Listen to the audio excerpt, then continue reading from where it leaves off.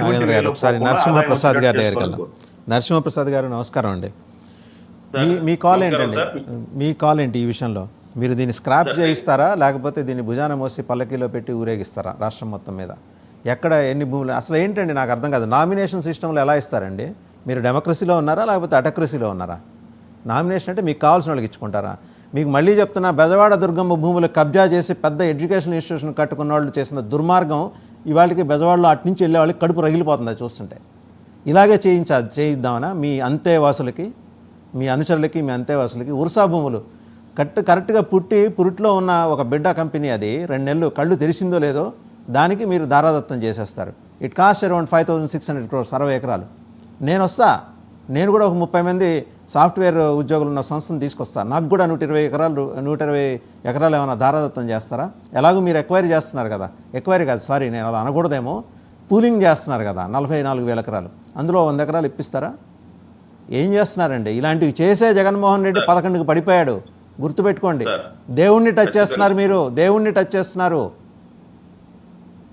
ఖచ్చితంగా సార్. ముందుగా మీకు ప్యానెల్లో ఉండే పెద్దలకి, సోదరులకి అందరికీ నమస్కారం సార్. ఈరోజు ఇక్కడ మీ ముక్కు సూటితనాన్ని మేము మెచ్చుకోక తప్పదు సార్. ఖచ్చితంగా మీరు గత కొన్ని రోజులుగా మీ డిబేట్స్ కానీ మీ కార్యక్రమాలు కానీ నేను గమనిస్తున్నాను సార్. రాష్ట్రం పట్ల మీకుండే కన్సర్న్ ఖచ్చితంగా అందరూ ఆలోచించాల్సిన విషయమే. రెండోది, ఇక్కడ మీరు కూర్చోబెట్టిన ముగ్గురిని ఈరోజు చాలా నాకు సంతోషం. ఎందుకంటే ఇది ఎన్డీఏ ముగ్గురు భాగస్వామ్యం మీరు కూర్చోబెట్టారు.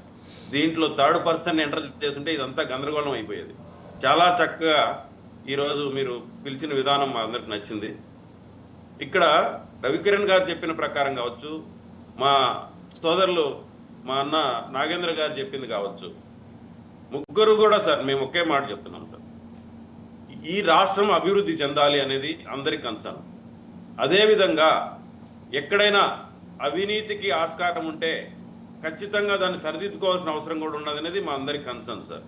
ఇక్కడ మీరు అన్నట్టు దేవాదాయ భూములు అన్నప్పుడు భగవంతునికి సంబంధించి మనం కొన్నేళ్లుగా చూస్తున్నాం, ఎన్నో భూములు అన్యాక్రాంతమైపోయాయి, దిక్కు దివానం లేదు.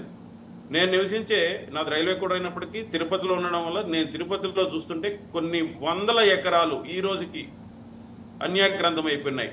మఠాల పేరుతోనో ఇంకొక పేరుతోనో పెద్ద మాఫియాలు తయారైపోయాయి.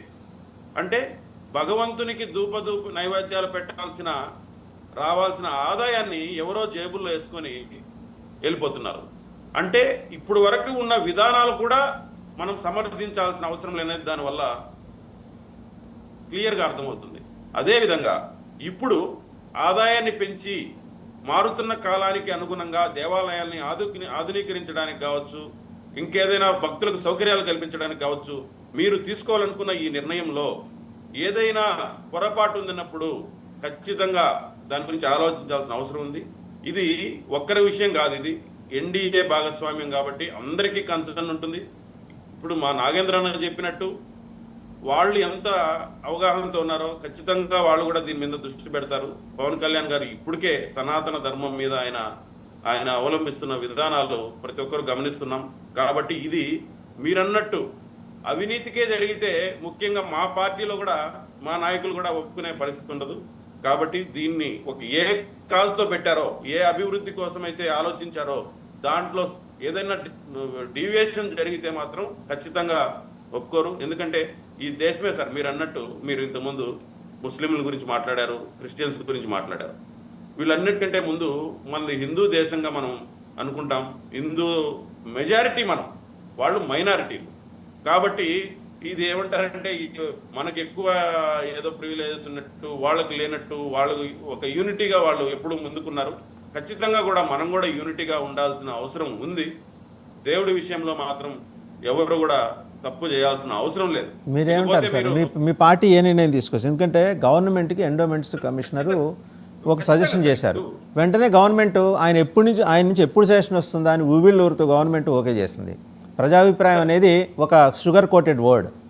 ప్రజాభిప్రాయం ఆ ప్రజలు మీ వాళ్లే ఉంటారు, ఆ ప్రజలు మీ వాళ్లే కొన్ని లక్షల కొద్దీ వీళ్ళు దీన్ని అంగీకారం తెలియజేస్తూ మీకు అద్భుతమైన వింగ్ ఉంది కదా, మీకు దాదాపు 1 కోటి మంది కార్యకర్తలు ఉన్నారనుకుంటా. ఈ 1 కోటి మందిలో 75 లక్షల మంది ఎంబడే పంపిస్తారు. ఎంతో మంది కార్యకర్తల కష్టం సార్ ఈ రోజు తెలుగుదేశం పార్టీ కావచ్చు, జనసేన పార్టీ కావచ్చు, బీజేపీ కావచ్చు, ఈ రోజు కలిసి అధికారంలోకి వచ్చాయంటే కొన్ని లక్షల మంది కార్యకర్తల రక్తం దారబోస్తే, శక్తి దారబోస్తే ఈ రోజు వచ్చింది సార్. అది ఎవరో ఎందుకో ఎవరి కోసమో మీరు అన్నట్టు 164 11 151 11 పడిపోయిన తీరులో పోతే ఎవరు ఇక్కడ సహించరు.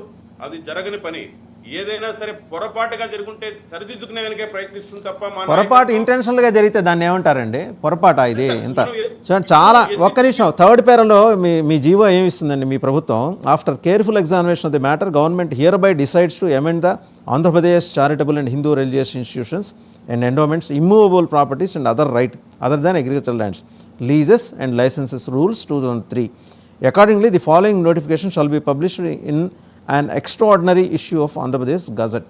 Gazette లో పొరపాటు ఎందుకు అవుతుంది? ఆఫ్టర్ కేర్ఫుల్ ఎగ్జామినేషన్ ఆఫ్ పొరపాట్ల మీరు అనేది పొరపాటుని చాలా సమగ్రంగా సునిశ్చితంగా పరిశీలించి ఒళ్ళు దగ్గర పెట్టుకొని మరి మేము ఈ నోటిఫికేషన్ ఇస్తున్నాం అని చెప్పిన తర్వాత ఇంకా మీరు వెనకేసుకొస్తారేంటి సార్?